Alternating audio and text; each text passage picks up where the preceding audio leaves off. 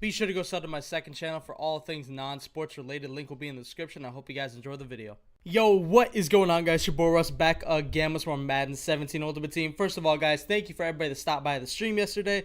I streamed for about an hour and 20 minutes, and we actually had a good amount of people in there. I hadn't streamed for a couple days because my sleep schedule has been completely fucked, and I just decided to stream out of nowhere and very short notice, and I had a good amount of people in there, so I appreciate everybody that stopped by. Thank you guys so much. Let me know if you're in the stream down in the comment section below. So getting into the game, this dude did not have a good team, but you guys can see he is in his divisional round. So, I mean, he must be pretty good, but I was thinking, after the first couple plays, right, I felt like everybody that he played either just died of old age or just got fucking bored and quit the game because this dude took forever to pick his plays. But as you guys can see, we both have the same running back. Isaiah CROWELL is a beast. First of all, his O-line is savage, I guess, because they just ran over everybody and pancaked everybody. Granted, I was running dime. Probably not the best defense. I didn't man anybody up. I think I manned up one person. But, you know, I didn't think that they would get pancaked. And we give up a huge run. So now we got to get back on offense and try to do some work down 7-0. But, like I said, this dude took forever to pick his plays, offense and defense. I saw he was running a little cute nickel blitz, so, I mean, I quickly put a stop to that. And we need to get down the field. 3rd and 16, we don't get anything. 4th and 12, we do decide to go for it. And sure enough, he does leave the zone beater wide open. The corner route to Ed McCaffrey was wide open. And we do get down to the 21, so we do convert on 4th and long. 1st and 10, we take off with Russell, and we cut in, take a big hit. Luckily, we do not fumble. I think that was Deion Jones that hit us. Now, Isaiah CROWELL, time to go to work, but he only gets about 1 or 2 yards. Second and goal, we go with Jimmy Graham, and he actually almost fights his way into the end zone at the 2. Give it to Jimmy Graham, and they completely nerfed the jumping over top shit, man. 4th and goal, we decide to go for it, and we QB sneak it, and we do get in barely. So 1st and 10 for him.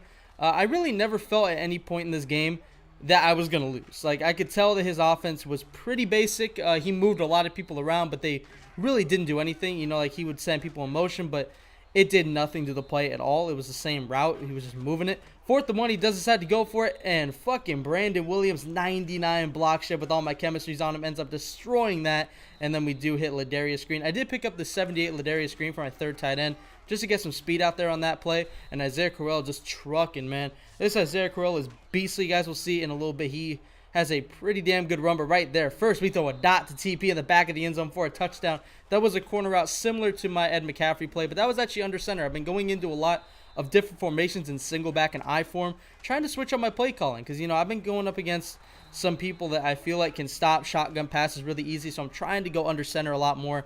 But you guys can see on this drive, he's moving down the field. He's 8 for 8 with Phillip Rivers so far, so I got to put a stop to that, but we do end up getting a sack. Vic Beasley, one of the best linemen I've ever used in this game, ends up getting us a huge sack, and then 3rd and 11, he fires over the middle, but big hit by Sean Taylor knocks that one out.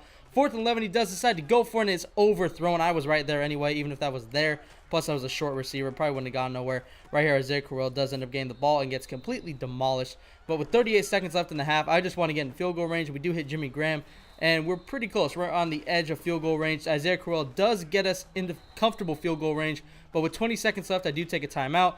Rolling out to the left, we find Terrell Pryor. So now I'm thinking I can get in the end zone with 16 seconds left.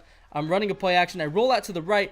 I fuck up real bad, man. I don't know what I was doing. I panicked, and I usually don't panic. I don't usually make bad reads like that, but I did, and we end up throwing an interception. So we basically give away our 2-score lead, but Jalen Ramsey, though, gets it right back for us, and with 2 seconds left in the half, this dude gives us the ball back, and we end up getting our field goal, so no damage done on that pick.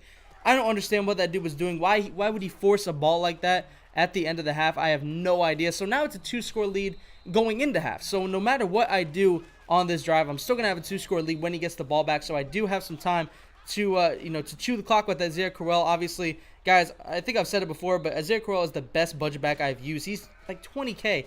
Isaiah CROWELL is an absolute monster. You guys have seen a huge run by him, by the other dude, and you guys have seen really, really solid runs by him. For me, as 8 for 48, which is a good ratio of carries to yards, of course. And Isaiah CROWELL has just been an absolute monster for me. People in my streams have seen it, And, you know, I've used him for a long time. He's been beastly. He's been better than a lot of running backs I've used. And he's so cheap. And he gives zone blocker chemistry, which does help out chemistries. And right there, 2nd and 8. We throw into the back of our linemen's heads. We had Jimmy Graham wide open. Then 3rd and 8, we get sacked. So good defense by my opponent. We do have to take a field goal, but I was going to go for it. But then I was like, fuck it, I'm just going to take the field goal because it would have been a 2-score lead either way. But at least this way he has to score 2 touchdowns, so I ain't mad. But right there, David Emerson just facepalm, man. What the fuck are you doing on that play, dude? It bounces off Emerson's hands, and we lose out on an interception. So now I'm just thinking, all right, fuck it. This dude makes bad reads. We gotta make a play. We gotta make him force another one. And sure enough, he does. And Sean Taylor facepalm number 2 as he drops the interception. 2nd and 10, he's running with CROWELL. This dude is dodging bullets right now. We should have had the ball back twice already. And those weren't like, oh, maybe that's pick, maybe that's not. Those were off their fucking hands. That was ridiculous. 1st and 10, Isaiah CROWELL. Once again, this dude is just running like crazy. I need to get out a fucking dime, and I do. 2nd and 2, he decides to run a play action, and he does get sacked by Landon Collins. Had a little edge pressure. Actually, not really. I think the Landon Collins just got off the block really easily. 3rd and 10, he does end up finding his tight end for an easy 1st down. 1st and 10, he runs with CROWELL and gets absolutely nothing. So 2nd and 8, he runs a play action, and it looks like, well, I mean, he's going short on that play, but he's looking deep. There's a lot of passes going deep, and I'm trying to play it. And sure enough, right here, he goes deep. I play ball. Facepalm number 3, man. Richard fucking Sherman, what are you doing? That's the 3rd pick. That should have been a pick. That one was probably the least likely out of any of them, but I played ball. I didn't swat, and Richard Sherman's put one hand up. Like, jump in there and pick it off, man. That was like triple, quadruple coverage. 4th and 2, he decides to go for it, and David Emerson comes up with the sack and does end up redeeming himself for dropping the pick. So now it is Isaiah CROWELL time. We pretty much have this game in the bag. 2-score lead, and Isaiah CROWELL running the way he is. We should be able to put this game away easy. 11 rushes for 64 yards, but then this happens. 1st and 10, get the fuck off me, bitch. And Isaiah CROWELL is gone. Nobody is going to catch him. Touchdown, Isaiah CROWELL, and that will pretty much put a bow on it. We do decide to go for 2, try to make it 28-7. I thought I had the slant route, and it was actually closer to being a pick than a reception. So, whatever. 26-7 with 1:44 left. At this point, I was either playing heavy coverage or just blitzing all out, and I end up actually blitzing more than I do playing heavy coverage because I just got bored. And right there, facepalm number 4 of the video. Good lord, that bounces right off his hand. So him losing 26-7, that's just that's unfortunate, man. I don't understand how he drops that. That was wide open, should have been caught. 3rd and 18, decides to hit CROWELL and actually gets a good amount of yards, but he does go down in bounds, so I ain't mad at that. 4th and 6, he does end up throwing it and is somehow caught by Paul Richardson.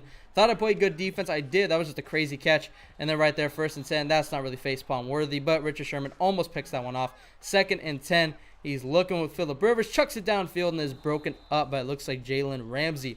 So 3rd and 10, you know, this game, like I said, is pretty much over. Even if he does score, it doesn't matter because there's 27 seconds left. He'd have to score onside kick, basically score in one play and get another onside kick and then score again. So, I mean, that's not happening.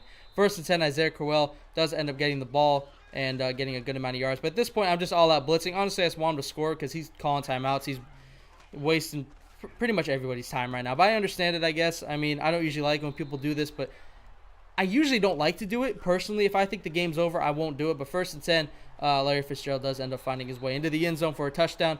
But too little, too late. He does end up kicking the onside. Don't even come out in onside recovery, and we do end up getting it. But with 7 seconds left, I'm like, fuck it. Let me try to get some of these objective yards for passing. And I chuck it downfield, and Terrell Pryor, with 1 second on the clock, catches a touchdown. And we go up 32-14. I run a fake PAT just because I thought maybe I could get some extra passing yards, like 15 extra, if we could get Jimmy Graham for that 2-point.